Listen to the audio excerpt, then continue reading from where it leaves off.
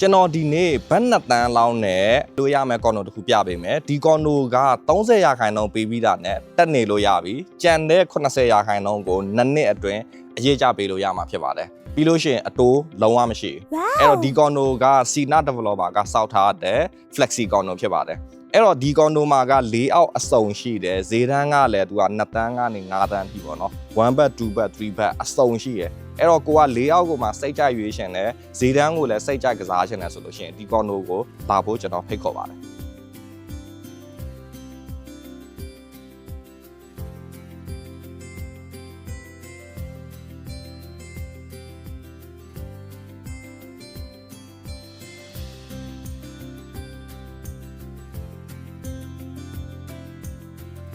ဒီခန်းကတော့ဒီကွန်ဒိုမှာအကျဉ်းဆုံးခန်းပေါ့နော်သူတို့ခေါ်တာတော့စတူဒီယိုဆိုပေမဲ့သူကဒီမှာ slide door တွေပါတယ်တေးသေးချာချာလေးလှုပ်ထားပေးတယ်ပြီးရင်ဝယ်လို့ရှိရင်လည်းသူကဒီပုံစံနိုင်ရမှာကတင်ဆိုလို့ရှိရင်လည်းဒီလိုမျိုးပေါ့နော်အဲ့တော့လူငယ်တဲ့အတွက်ကတော့တော်တော်လေးကိုဆွဲဆောင်မှုရှိတဲ့layoutလေးပြီးရင်သူ့ရဲ့အကျယ်က24 square meter 24 square meter ကိုမှဘတ်2တန်းကျော်ပဲရှိမှာဈေးတန်းကလည်းတော်တော်လေးတန်လို့ပြောလို့ရတယ်ဒီဘက်ချမ်းမှာကသူက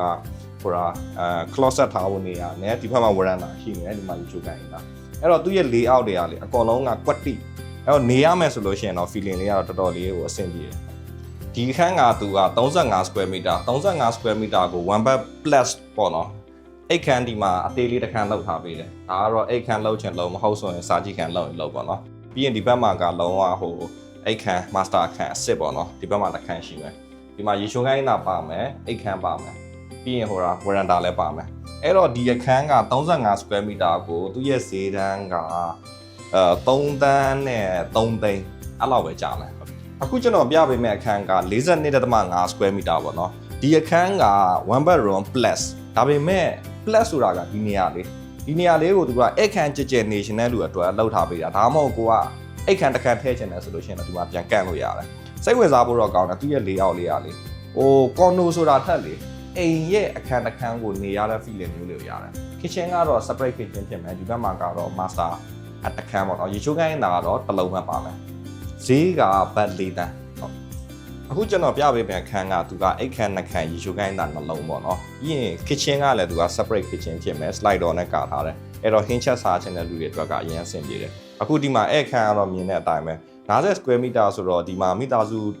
4ယောက်ကတော့အေးဆေးနေလို့ရတယ်သူရဲ့ဈေးကသူကဘတ်4တန်းခွဲလောက်ပဲရှိမယ်အဲ့တော့သူက1 square meter ကို8000လောက်ပဲကြားတယ်အခုကျွန်တော် location လေးတစ်ချက်ပြပြချင်ပါတယ် location ကသူကဒီ Sina Green လမ်းပေါ်မှာရှိရဖြစ်တယ်အနီးဆုံးက BTS အဝါရောင် line ရှိမယ်အဝါရောင် line က2မိနစ်နဲ့ရောက်တယ်ပြီးအစိမ်းရောင် line က BTS banner ဆိုလို့ရှိရင်9မိနစ်10မိနစ်နဲ့ရောက်တယ်ဒါကတော့ကားမောင်းတို့မို့ဆိုင်ငယ်စီ distance ပေါ့နော်သူ့ဘေးပတ်ဝန်းကျင်မှာပါရရှိလဲဆိုလို့ရှိရင် bike tag banner တို့ပြီးသွားလို့ရှိရင်နောက်ဒီအနာဂတ်မှာလာမယ်ဘန်ကောက်မော်တို့အကောင်လုံးကဒီဘေးပတ်ဝန်းကျင်မှာပဲစေးရုံစေးခန်းနေတဲ့အဆုံရှိတယ်ဒီမှာအဓိက highlight လုပ်စရာပါလဲဆိုလို့ရှိရင်ဒီ Rackingham International